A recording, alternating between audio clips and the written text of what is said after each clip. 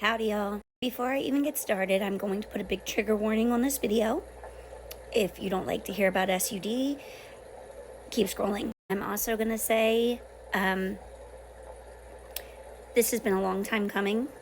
It's very hard for me to do. It goes against everything that I believe in, but it needs to be done. Since my first live back after I disappeared, people have been asking me to speak on Lisa Richards. Some want me to speak to her, some ask me how I feel about it, but the whole thing has been cycling around Lisa Richards. Today, I got a follow from somebody whose account is pretty much dedicated to Lisa. So I got to watch some clips of what happens in her lives. I'm very triggered because a lot of what's happening in her lives happened in mine, all the way down to using a baby to hurt somebody who's already hurting. 3.1 thousand viewers in the clip I just watched, and almost all of them being negative, trolling, claiming to have sent money when they didn't, doing things to push to get a reaction. She's not innocent by any means, but she is human. She is somebody's child. She's somebody's mother. Cutting off her income from TikTok is not going to do anything to help her. Just like everybody thought it was going to help me. The progress that I have made for myself in almost 10 months is undermined every day by people trying to claim credit for what I have done. Words will not make an addict get clean. Trolling will not make an addict get clean. And bullying will damn sure never make an addict get clean. What I just witnessed in that live from a video posted on 8/3, so I'm going to say probably around the 2nd or 3rd of August, was disgusting. I saw people lying, saying that they were sending money that they didn't send to make her look like a liar, something that's also been done to me. I've seen people who were obviously fake accounts offering to send food just so she'd say no, just so they could say they offered help and she'd turn it down. When I looked up those accounts, they're 000 accounts, just like they did to me. When I see Lisa Richards, I see a woman who's spinning out. I see me a year ago. When I look at Lisa Richards, I see me before I had love. I don't know if you can tell from the camera, but I'm so upset I'm shaking. Making fun of somebody who is at their lowest is beyond low. Making fun of someone who's obviously under the influence, not a good look. And I think many people on this app would do well to remember, there but for the grace of God go I. You see, addiction doesn't discriminate.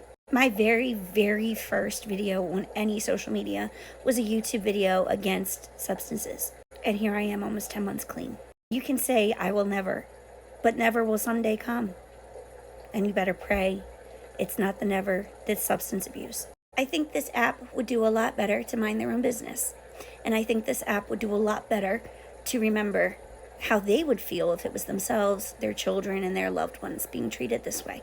I can tell you, as somebody who numbed themselves throughout a pregnancy and lives with the shame of that daily and lived with the shame of that daily while doing it, that throwing a child being a NICU in somebody's face does nothing but push them further down the hole of sorrow, misery, shame, and guilt, which is all food for SUD. The harm reductionist in me wants to remind you that if she's not making money on TikTok, she will get it some other way, and it won't be pleasant. I can also remind you, as an addict who has lost everything multiple times, that throwing an eviction in somebody's face again feeds that negativity cycle, which only increases the urge to use and numb it. Right now, that woman feels like the only thing she can control is her substance use disorder. By getting the next fix and the next fix and the next fix, she has some kind of control in her life. You were looking at a woman whose brain has been hijacked by a substance, but you're looking at a woman. There should be so much shame felt in this community right now that's not. And I can speak on it as someone who has lived it.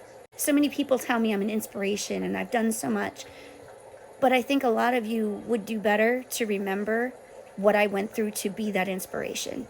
Because I've seen a lot of people who spoke good in my own comments over in that chat bullying that woman. This video is way longer than I thought it was going to be, and I have so much more I could say.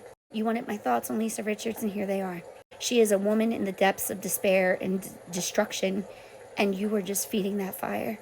Even when you're making a video thinking you're helping her, all it's doing is feeding the trolling and the bullying because more people are finding out about her. Part of me warred with myself about making this video for the same reason, but part of me prays and hopes that as somebody who's been in her shoes and made it out, that maybe I can shine a light on what it does to you as a person on the inside. Those harsh words did nothing but push me further into my addiction. It took being loved, supported, and met where I was to get me out, to give me the strength and the courage to make the choice to get clean.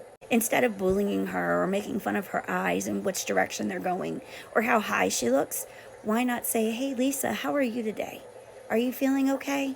Meet her where she is and stop bullying. If there is one thing I hope my platform is useful for, it's to spread that message. Stop bullying. Okay, thanks, bye.